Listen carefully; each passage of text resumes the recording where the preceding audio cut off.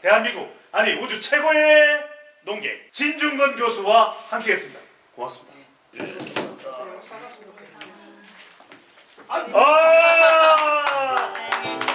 감사합니다. 사랑하는 진중건 교수님 생신 축하합니다.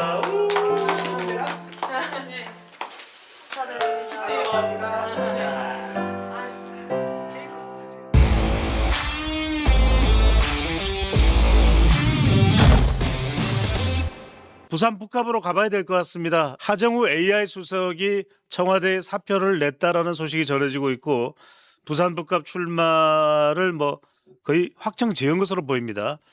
자, 여하튼 좀 조금 늦어지긴 했는데 예정대로 출마를 합니다. 왜 그동안 문기적, 뭐 은기적 그랬을까요, 교수님? 이걸 설명하는 게 이제 두 가지 가설이 있는데 예.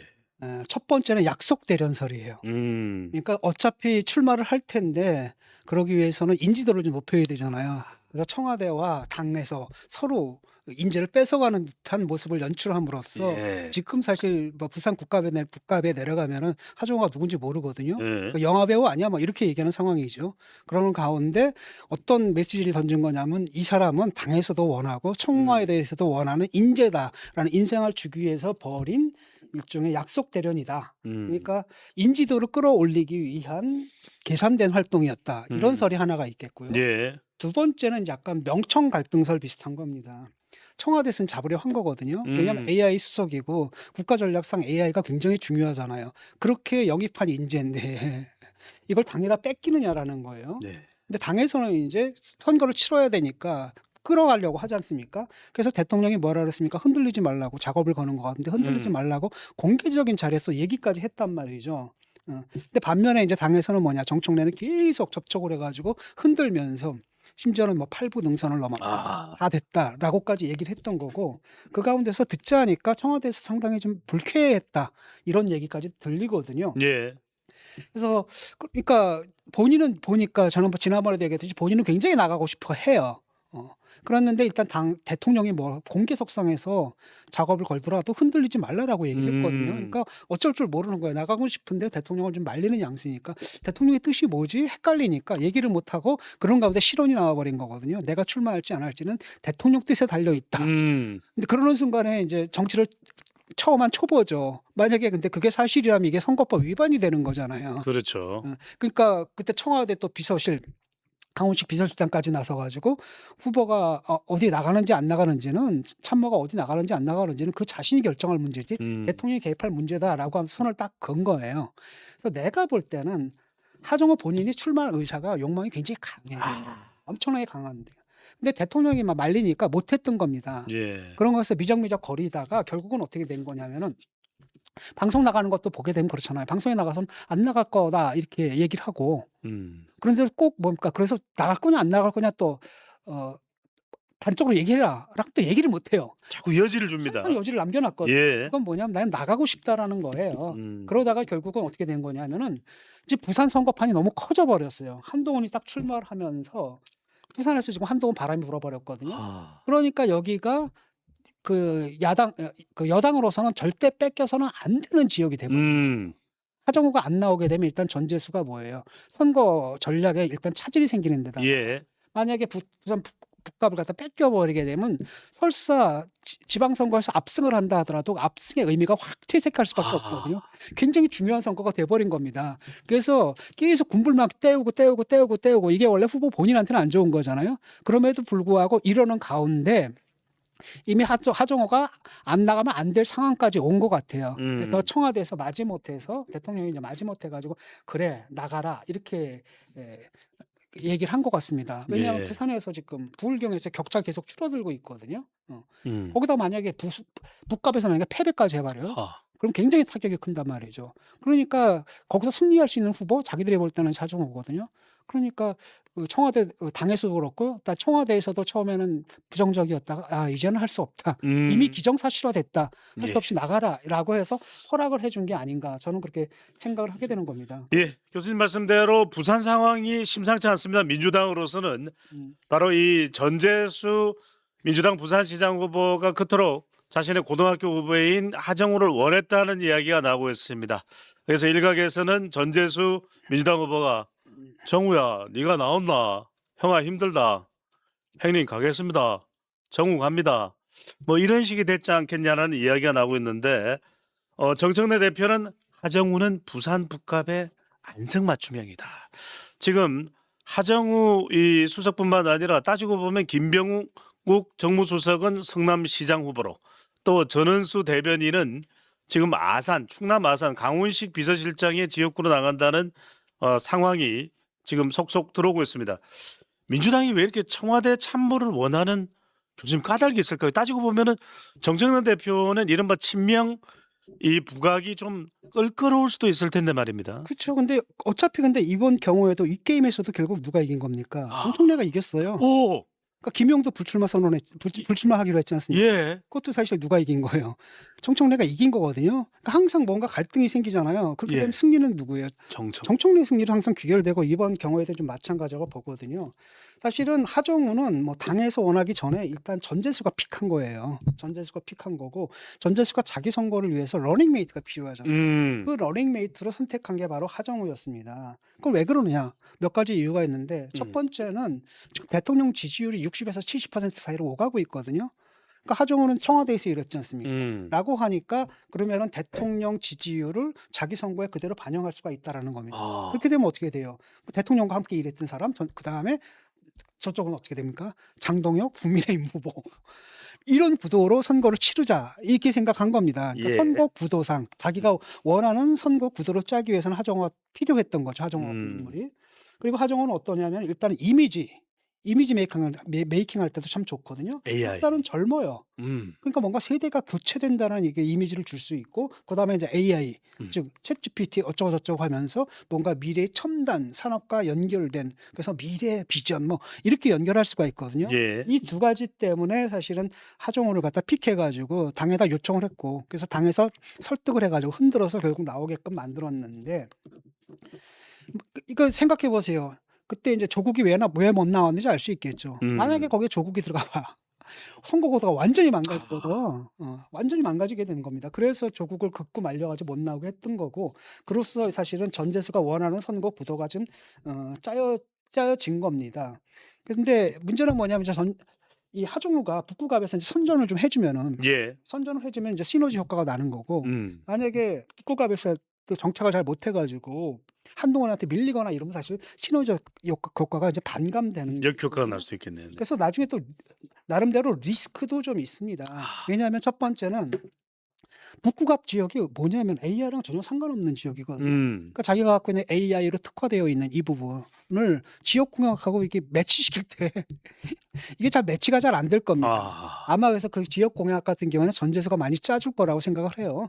그다음에 두 번째는 인지도가 현저히 떨어져요. 사람들이 딱 얼굴 보면 아 하정우네라고 알아야 되는데 얼굴 인식 지금 안 되거든요. 한동훈 같은 경우에 딱 나가면 사람들이 다 알아보잖아요. 예. 근데 일단은 얼굴 그 인지도가 지금 현저히 떨어지는 데다가 정치 초년생이에요. 이분이 또 공과 출신이잖아요. 이과 출신이고 이러다 보니까 사람들과의 그 접촉 같은 것들이 좀 해낼 수 있을까? 원만하게 해낼 수 있을까?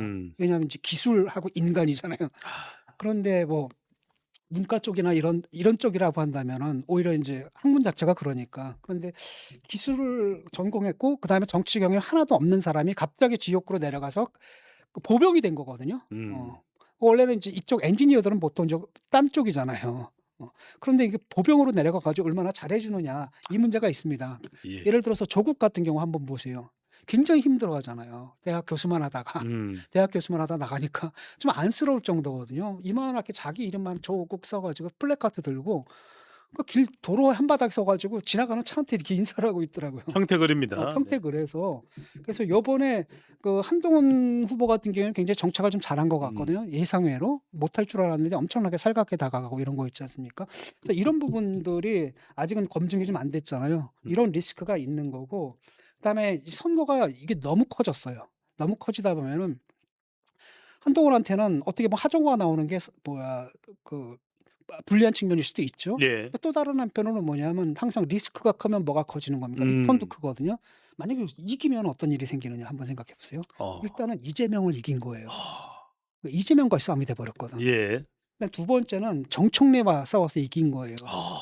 그다음에 세 번째는 장동혁도 이긴 거란 말이죠. 1타 3피입니다. 1타 3피가 되는 거고 그렇기 때문에 절대로 져서는 안 되는 싸움이 돼버린 거고 그다음에 여야 모두 민주당도 그렇고 국민의힘도 그렇고 절대 져서는 안 되는 싸움이 된 겁니다. 그 판이 커지고 굉장히 중요해진 거고 그래서 만약에 한동훈이 여기서 이기게 되면은 뭐 다음에 이제 선거 후에 예상되는 거 있지 않습니까? 국민의힘의 재편, 보수 재건 이런 데서 굉장히 중요한 핵으로 떠오를 수 있는 그런 선거가 돼버린 거죠. 예. 국민의힘은 이런 민주당의 공천에 대해서 아니 청와대가 선거용 스펙 쌓기 훈련소 아니냐? 김병욱, 우상호 여기에 전은수 그리고 하정우까지 그러면서 특히 국가 AI에 중차대한 이 과제를 담당하고 있는 책임자인 하정우의 선거판 진출에 대해서 국민의힘은 석고대죄하라 이렇게 하는 다른 이유도 있을까요? 아니 그거 뭐 야당이니까 의뢰하는 비판이죠. 예. 그리고 뭐 그 비판은 맞긴 맞아요. 사실 그렇지 않습니까? AI 이 국가 전략에서 굉장히 중요한 게 AI를 우리의 AI. 예. 그런데 그 국가 대사를 맡겠다고 영입한 사람인데 뭐 몇 달이나 됐습니까? 아, 그동안에 한 게 뭐가 있어요? 한 것도 거의 없잖아요.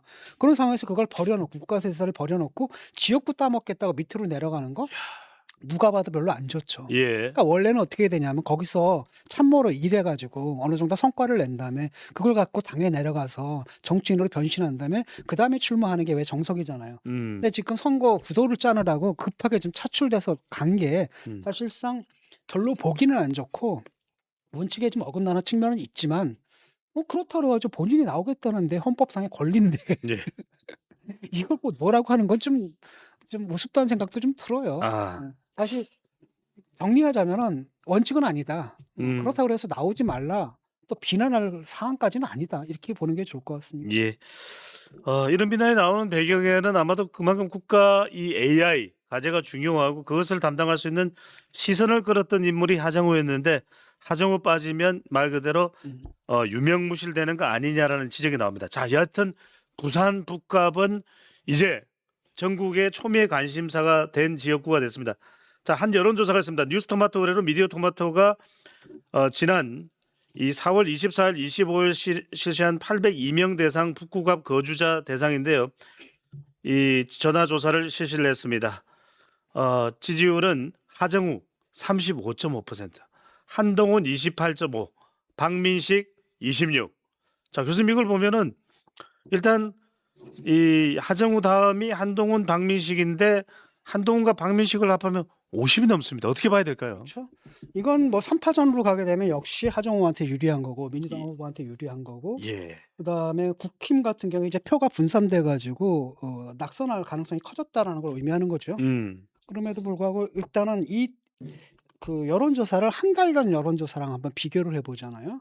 그럼 그때는 하정우가 아니라 누굴 넣냐면은 김두관을 넣었었거든요. 그때는 그 선거에서는 박민식이 1등으로 나왔습니다. 24%였거든요. 근데 김두관이 20.1%, 그다음에 한동훈이 19.2%, 세 번째였잖아요. 근데 그 사이에 지금 민주당 후보가 바뀌었고 새로 한 조사 속에서 한동훈은 어떻게 했냐면 지난번 여론조사보다도 9.3%를 더 얻었어요. 박민식은 2.4% 정도를 더 얻었습니다. 그러니까 한마디로 한동훈은 굉장히 크게 올랐고 지지율이 박민식은 조금 오른 거거든요. 그러니까 아마도 보수 표가 결집하고 그다음에 응답률이 높아졌잖아요. 거기에 따른 효과라고 보이는데 그래서 한동훈 같은 경우에는 지난번 한 달 전 선거에서는 박민식한테 4.5%를 뒤졌는데 지금은 2.5%를 앞섰습니다. 그러니까 그게 뭐냐면 7.3% 리드를 한 달 사이에 이제 만들어냈다는 얘기가 되지 않겠습니까? 그래서 이게 이제 갈수록 표차가 점점 벌어지게 되면은 그 다음에 이제 단일화 얘기가 나오겠죠. 그 다음에 단일화가 안 되면 결국은 표에 의한 단일화고 그냥 막판에 이제 사람들이 이게 안 깨지면은 결국은 이제 그래야 그나마 지지율이 더 나은 후보한테 줘야지 내 표가 사표가 되지 않는다라는 또 심리가 있을 수가 있거든요. 이 사표 방지 심리 이게 하나가 있을 것 같고 또 다른 한편은 그 반대편에 뭐가 있냐면은 그 비토 심리가 있어요. 예. 당권파들이 갖고 있는 그 비토 심리. 그게 어느 정도 유권자들도 그걸 갖고 있을 거라는 거죠. 그것이 이제 부딪히는데 거기서 한동훈 후보가 얼마만큼 성과를 내느냐 그건 자기 행동에 달려 있는 거고 제가 볼 예. 때는 지금까지는 좀 잘하고 있어요. 왜냐하면 못할 줄 알았거든요. 이분이 지금 바깥에서 그 서울에서 약간 공중전만 했잖아요. 공중전만 하고 그 군대로 말하면 공군 역할이었거든요. 근데 지금 바닥으로 내려가 가지고 여긴 보병이거든요. 그리고 예. 땅 육군 땅개를 하는데 굉장히 잘하더라고요. 살갑게 어. 다가가고 그다음에 반응도 좋고 호응도 좋고 그런 방식으로 했기 때문에 그 사실 표차를 좀 벌릴 수가 있었고 박민식을 어 뒤졌다가 다시 그 전복을 시키고 좀 앞서가기 시작한 게 아닌가. 그다음에 이런 추세가 계속되면은 나중에 표차는 좀 더 벌어지지 않을까 예. 싶어요.